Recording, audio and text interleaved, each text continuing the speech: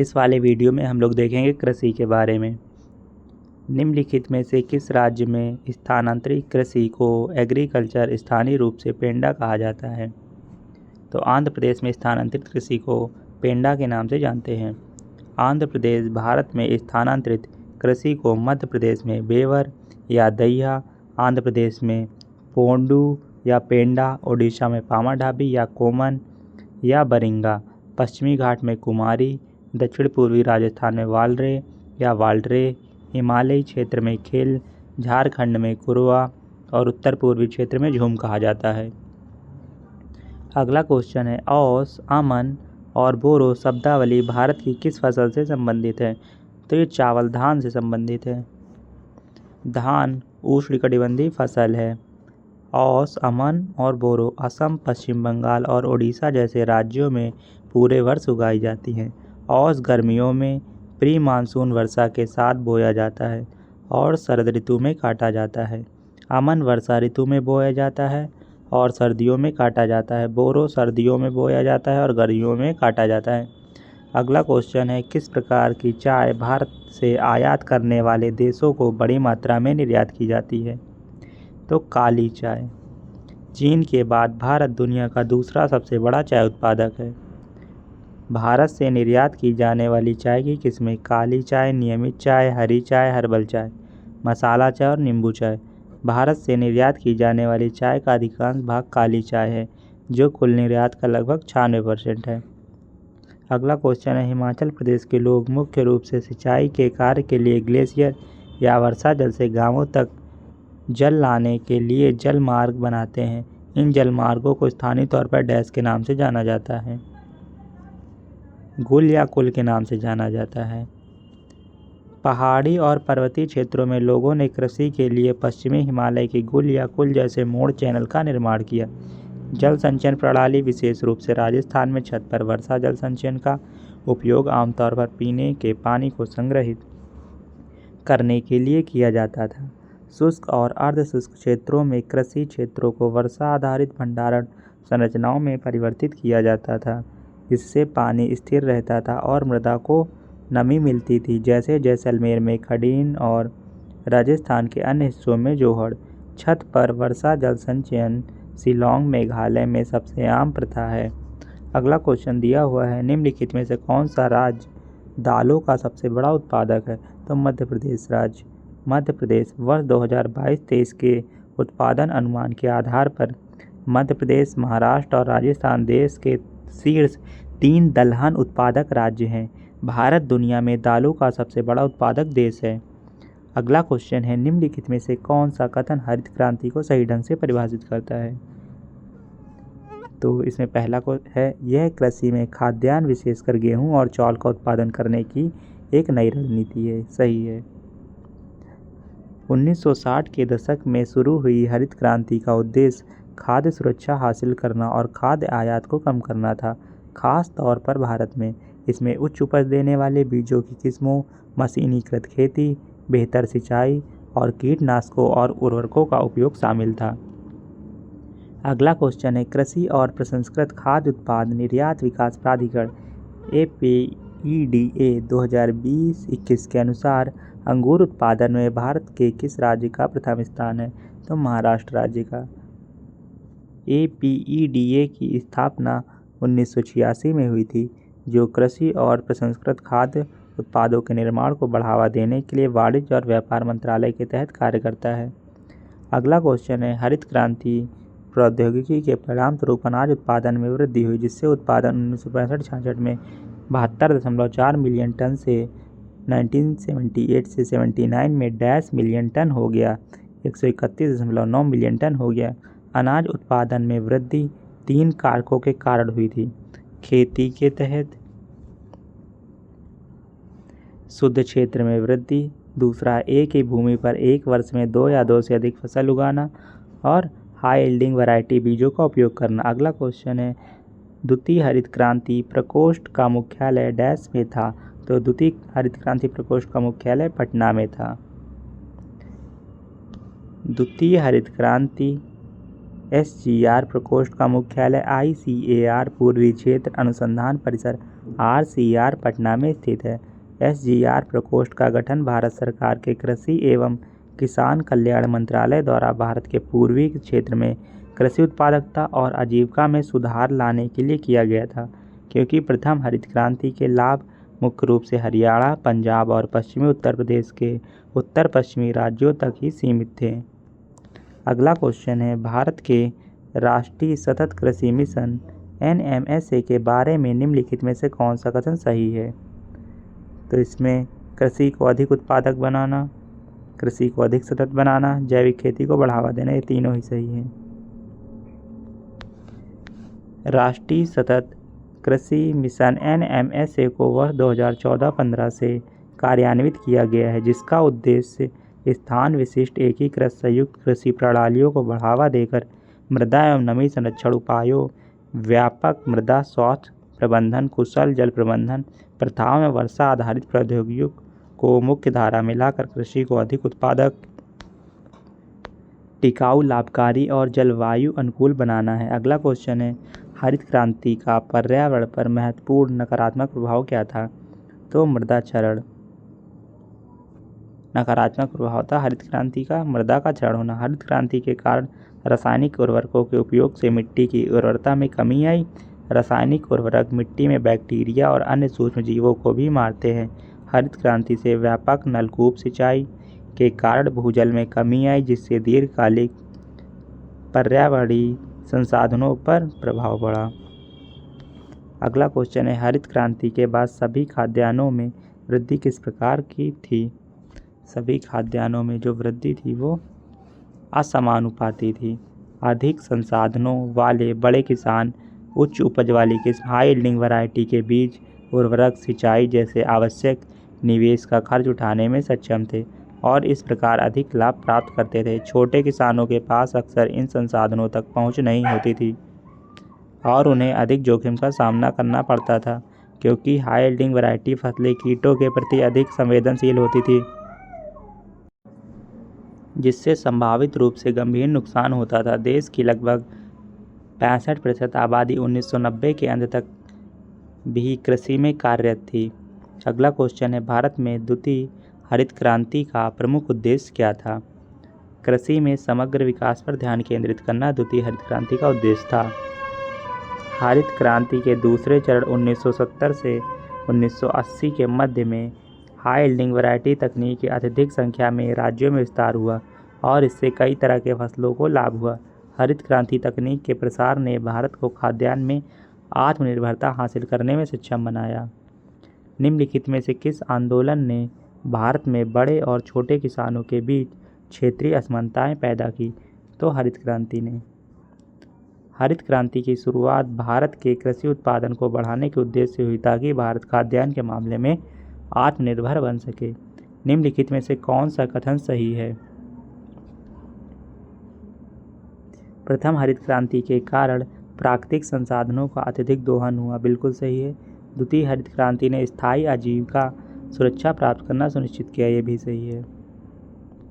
दूसरी हरित क्रांति पूर्वी भारत, वर्षा आधारित क्षेत्रों और छोटे किसानों में टिकाऊ कृषि पर केंद्रित है तथा जलवायु अनुकूल पद्धतियों और आजीविका सुरक्षा को बढ़ावा देती है। अगला क्वेश्चन है, कृषि में हरित क्रांति की उपलब्धि का जश्न मनाने के लिए सरकार ने क्या कदम उठाए?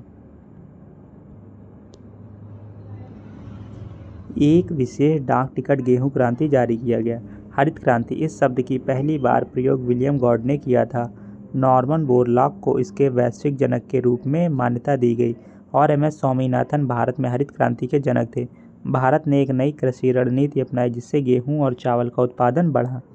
जुलाई 1968 में प्रधानमंत्री इंदिरा गांधी ने गेहूं क्रांति नामक एक विशेष डाक टिकट जारी करके इसकी सफलता का जश्न मनाया। अगला क्वेश्चन है, कृषि क्षेत्र में सब्सिडी का आर्थिक औचित्य क्या है? यह उन्नत प्रौद्योगिकी का लाभ प्रदान करने और उत्पादन की लागत को कम करने के लिए एक प्रोत्साहन है। कृषि सब्सिडी किसानों को उत्पादन बढ़ाने, खाद्य उपलब्धता में सुधार करने और गरीबी को कम करने में मदद करके खाद्य सुरक्षा और विकास का समर्थन करती है। इनपुट सब्सिडी लागत कम करती है, अपनाने को प्रोत्साहित करती है, उत्पादकता बढ़ाती है और आर्थिक विकास को प्रोत्साहित करती है। अगला क्वेश्चन है, पश्चिम बंगाल में एक वर्ष में चावल की कितनी फसलें उगाई जाती हैं? तो 3। असम, पश्चिम बंगाल और ओडिशा जैसे राज्यों में प्रत्येक वर्ष 3 धान की फसलें उगाई जाती हैं: औस, अमन और बोरो। हरित क्रांति से भारत के किस राज्य का सबसे अधिक रूपांतरण हुआ है? पंजाब। हरित क्रांति से मुख्य रूप से उत्तर में पंजाब, हरियाणा और पश्चिमी उत्तर प्रदेश तथा दक्षिण में आंध्र प्रदेश और तमिलनाडु को लाभ हुआ है। असम, बिहार, पश्चिम बंगाल, उड़ीसा और पश्चिमी तथा दक्षिणी भारत के शुष्क क्षेत्रों सहित पूर्वी क्षेत्र पर इसका न्यूनतम प्रभाव पड़ा है। अगला क्वेश्चन है, कृषि संबंधी दी गई मुख्य विशेषताओं में कौन सी भारतीय वाणिज्यिक कृषि की विशेषताएं नहीं हैं? झूम खेती। झूम खेती या स्लैश एंड बर्न खेती एक प्रकार की स्थानांतरण कृषि है जिसमें प्राकृतिक वनस्पति को काट कर जला दिया जाता है ताकि कृषि के लिए भूमि को साफ किया जा सके। वाणिज्यिक कृषि में उच्च उत्पादकता प्राप्त करने के लिए आधुनिक उत्पादक सामग्री की उच्च मात्रा का उपयोग किया जाता है। कृषि में व्यावसायीकरण का स्तर एक क्षेत्र से दूसरे क्षेत्र में भिन्न भिन्न होती है। उदाहरण के लिए हरियाणा और पंजाब में चावल एक वाणिज्यिक फसल है, लेकिन ओडिशा में यह एक निर्वाह फसल है। निम्नलिखित में से किस प्रकार की फसलें मानसून के मौसम के अंत के बाद बोई जाती हैं? रबी की फसलें। यह एक कृषि फसल है जिसे सर्दियों में बोया जाता है और बसंत में काटा जाता है। अगला क्वेश्चन है, निम्नलिखित में से कौन सा हरित क्रांति के परिणामों में से एक नहीं है?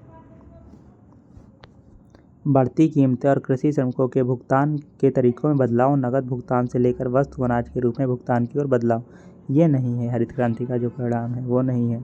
हरित क्रांति का प्रभाव, सकारात्मक खाद्यान्नों के उत्पादन और उत्पादकता में वृद्धि, भुखमरी में कमी और कृषि में तकनीकी उन्नति। नकारात्मक प्रभाव क्या, मिट्टी की उर्वरता में कमी, उच्च उत्पादन लागत, क्षेत्रीय असमानताएं। तो राज्य और खेती के आदिम रूप का नाम, मतलब जो स्थानांतरित कृषि है, काटो जलाओ कृषि है, उसके हर एक जगह अलग अलग नाम है। तो मध्य प्रदेश में इसको बेवर के नाम से जाना जाता है, आंध्र प्रदेश में इसको पेंडा के नाम जाना जाता है, ओडिशा में इसको ब्रिंगरा के नाम जाना जाता है, झारखंड में इसको कुरवा के नाम जाना जाता है। सूची फर्स्ट को सूची सेकंड से मिलाना है। नीली क्रांति मत्स्य पालन से संबंधित है, मछली से मतलब, और पीली क्रांति तिलहन से संबंधित है, और गोल क्रांति आलू से संबंधित है, और ये स्वर्णिम क्रांति बागवानी से संबंधित है। भारत में कृषि क्रांति या हरित क्रांति, कृषि उत्पादकता बढ़ाने के लिए श्वेत क्रांति दुग्ध उत्पादन से, काली क्रांति पेट्रोलियम उत्पाद से, भूरी क्रांति चमड़ा से, गैर पारंपरिक उत्पाद गोल्डन फाइबर क्रांति जूट उत्पादन से, रजत क्रांति अंडा उत्पादन से, मुर्गी उत्पादन से, रजत अंडा या मुर्गी से, लाल क्रांति मांस या टमाटर से।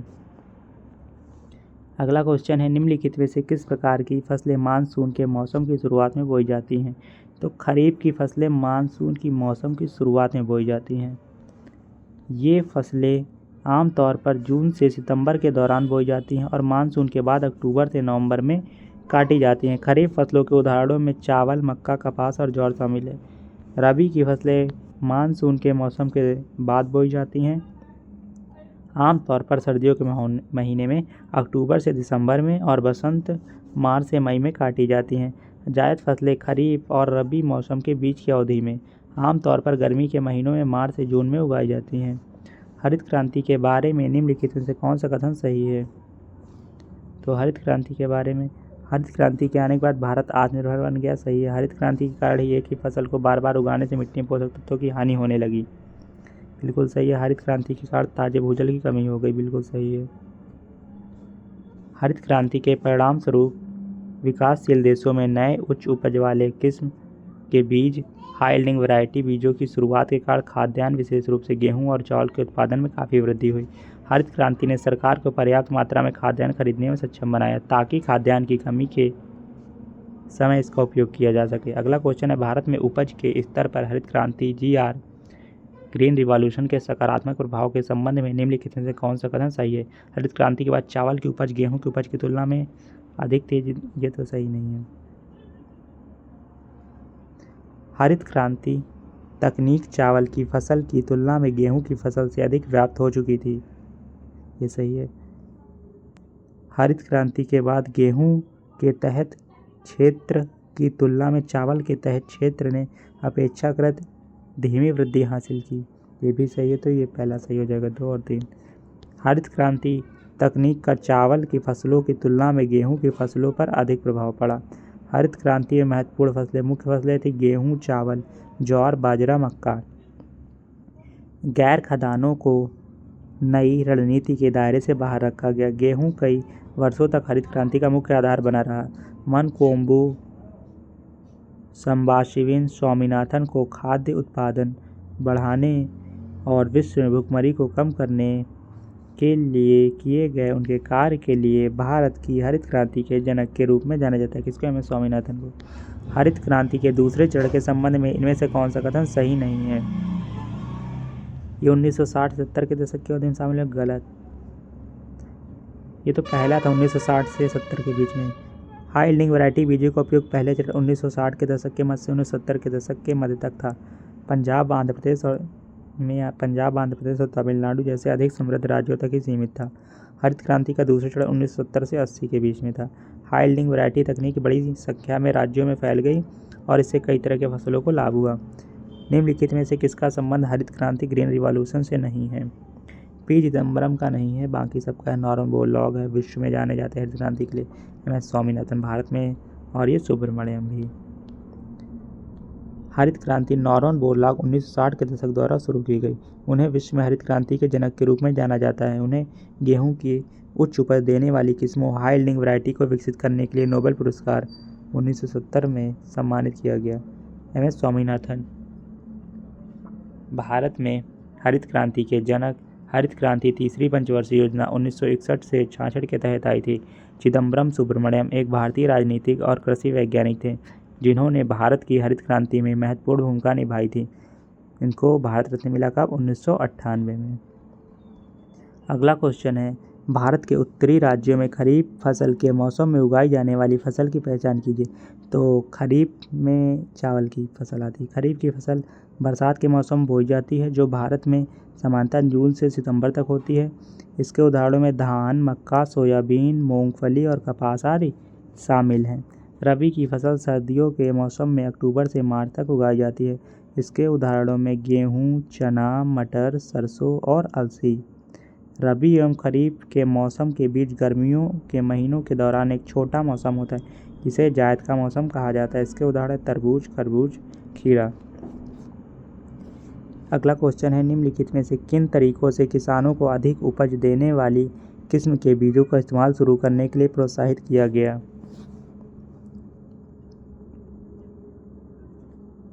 सरकार ने बीज और अन्य निविष्टियां बाजार में प्रचलित कीमतों की तुलना में कम कीमतों पर प्रदान किए।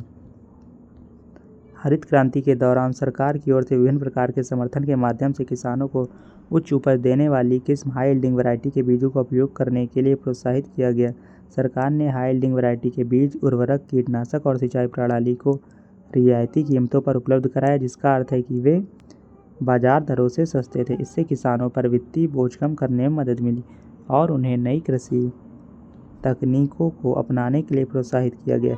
हाई यील्डिंग वैरायटी बीज कीटों और रोगों के प्रति प्रतिरोधी होते हैं और अपनी उच्च उपज के लिए जाने जाते हैं। अगला क्वेश्चन है, निम्नलिखित में से कौन सा कृषि आधारित उद्योग नहीं है? उर्वरक नहीं है। जूट, चीनी, खाद्य तेल है। उर्वरक। कृषि आधारित उद्योग कृषि कच्चे माल पर निर्भर हैं, जो मुख्य रूप से उपभोक्ता वस्तुओं का उत्पादन करते हैं। प्रमुख उद्योगों में कपास, जूट, कपड़ा और खाद्य तेल शामिल है। भारत की पहली चीनी मिल 1903 में उत्तर प्रदेश के प्रतापपुर में स्थापित की गई थी। ये इम्पॉर्टेंट है। भारत की पहली चीनी मिल कहाँ स्थापित की गई थी? उत्तर प्रदेश, प्रतापपुर। और कब? 1903 में। 1934 के गन्ना अधिनियम ने राज्य सरकारों को गन्ने का न्यूनतम मूल्य निर्धारित करने के लिए अनुमति दी। अगला क्वेश्चन है, निम्नलिखित में से कौन सा कथन हरित क्रांति के संदर्भ में सत्य नहीं है? खेती अधिक विस्तृत प्रकृति की हो गई। ये गलत है।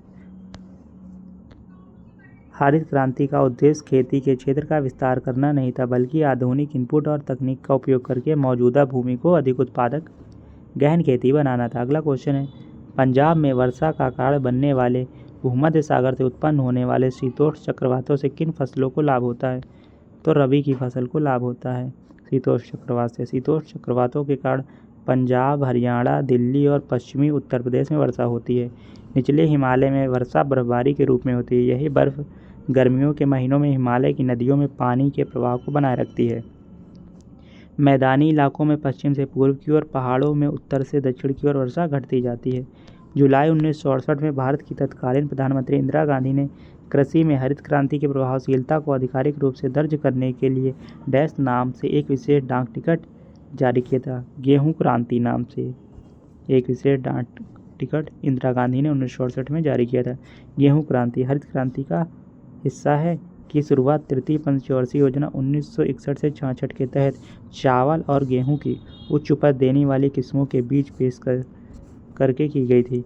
अगला क्वेश्चन है, भारत में कृषि भूमि पर अत्यधिक दबाव के लिए निम्नलिखित में से कौन से कारणों को जिम्मेदार ठहराया जा सकता है? विरासत का अधिकार, बिल्कुल सही है। अलाभकारी भूमि जोत का आकार, बिल्कुल सही है। भूमि का विभाजन, सही है। बहुफसल, गलत है। वे कारण जिनसे कृषि पर दबाव पड़ता है: विरासत का अधिकार, भूमि का विभाजन, बढ़ती जनसंख्या, अत्यधिक रासायनिक उर्वरक का उपयोग, मृदा का लवणीकरण, मरुस्थलीकरण, शहरीकरण, जलभराव, जलवायु परिवर्तन, शुष्क प्रदूषण आदि। अगला क्वेश्चन है, उच्च उपज वाली किस्म के बीजों का संबंध निम्नलिखित में से किस देश से है जिनका उपयोग हरित क्रांति की नीतियों के तहत भारत में उपयोग किया गया था? तो यह मैक्सिको से।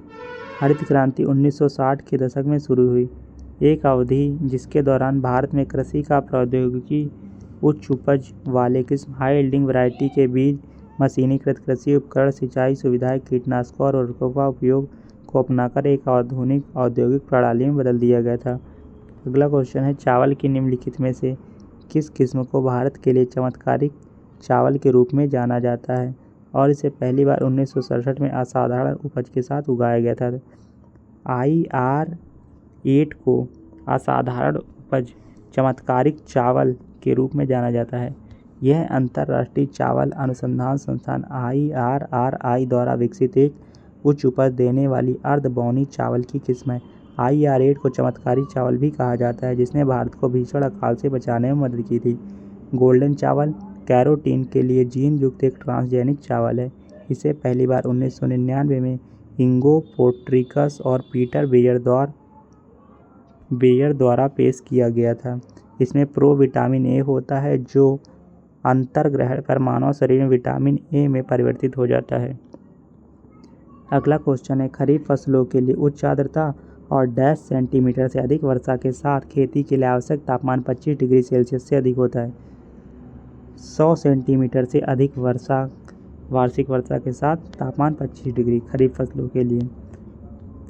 खरीफ फसलें मानसून के मौसम के दौरान बोई जाती हैं, जो भारत में जून से सितंबर तक रहता है। अगला क्वेश्चन है, मुख्य नहर के जल स्तर के नीचे की कृषि भूमि डैश का निर्माण करती है? कमांड एरिया का निर्माण करती है। लिफ्ट प्रणाली पंपों और अन्य उपकरणों की सहायता से जल को निचले स्तर से ऊंचे स्तर तक उठाया जाता है। प्रवाह प्रणाली सिंचाई का वह प्रकार जिसमें गुरुत्वाकर्षण प्रवाह द्वारा भूमि तक आपूर्ति को सक्षम करने के लिए जल स्तर पर उपलब्ध होता है, उच्च स्तर पर जल स्तर उपलब्ध होता है। वारबंदी यह एक आउटलेट कमांड के किसानों के बीच समान जल वितरण सुनिश्चित करने के लिए क्षेत्र और फसल की ज़रूरतों के अनुसार एक पूर्व निर्धारित कार्यक्रम अनुसार जल की आपूर्ति के रोटेशन की एक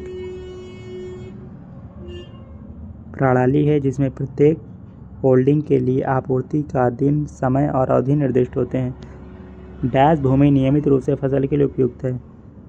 अरेबल कृषि योग्य भूमि नियमित रूप से फसल के लिए उपयुक्त भूमि वह भूमि जिस पर अस्थायी फसलें, घास काटने या चारागाह के लिए अस्थायी घास के मैदान, बाजार या रसोई उद्यान के अंतर्गत आने वाली भूमि तथा अस्थायी परती भूमि होती है। जुताई करने और फसल उगाने में उपयोग करने में सक्षम है। बंजर भूमि वह भूमि जिसे आमतौर पर उपयुक्त तकनीक से खेती के अंतर्गत नहीं लाया जा सकता है।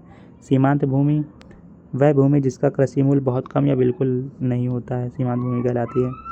फसलों का कौन सा समूह रेशेदार फसलों से संबंधित है और भारत में बड़े पैमाने पर उत्पादित किया जाता है?